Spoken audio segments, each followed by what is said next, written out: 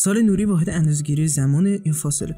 با صرف نظر از خمیدگی فضا زمان، نور همیشه با سرعت حدود 300,000 کیلومتر بر ثانیه در خلا حرکت میکنه. حالا اگه تعداد ثانیه‌های هر سال زمینی رو در این عدد ضرب کنیم، عدد حدودی 9 پتامتر یا 9 به توان 15 متر به دست میاد. به این مسافت میگن یک سال نوری که نشون دهنده فاصله‌ایه که نور در طی یک سال طی میکنه. البته واحد اندازه‌گیری در کیهان شناسی مگاپارسکه که یعنی 3.26 در 10 به توان 6 سال نوری. برای اینکه بفهمید کیهان چقدر بزرگه، نور 4.4 سال نوری طول میکشه که به نزدیکترین ستاره به منظومه شمسی یعنی آلفا قنتورس برسه. ستاره‌های قابل مشاهده در شب نه تنها 5000 سال نوری بینشون فاصله است، بلکه از نظر زمانی هم با هم مشابه نیستن. یعنی ما داریم نور 250 سال پیش ستاره بیاتریکس رو کنار نور 1300 سال پیش نبیولا می‌بینیم. وویجر 1 دورترین سازه دست بشره که یک روز نوری با زمین فاصله داره و در نهایت لبه جهان قابل مشاهده 46.5 میلیارد سال نوری با ما فاصله داره.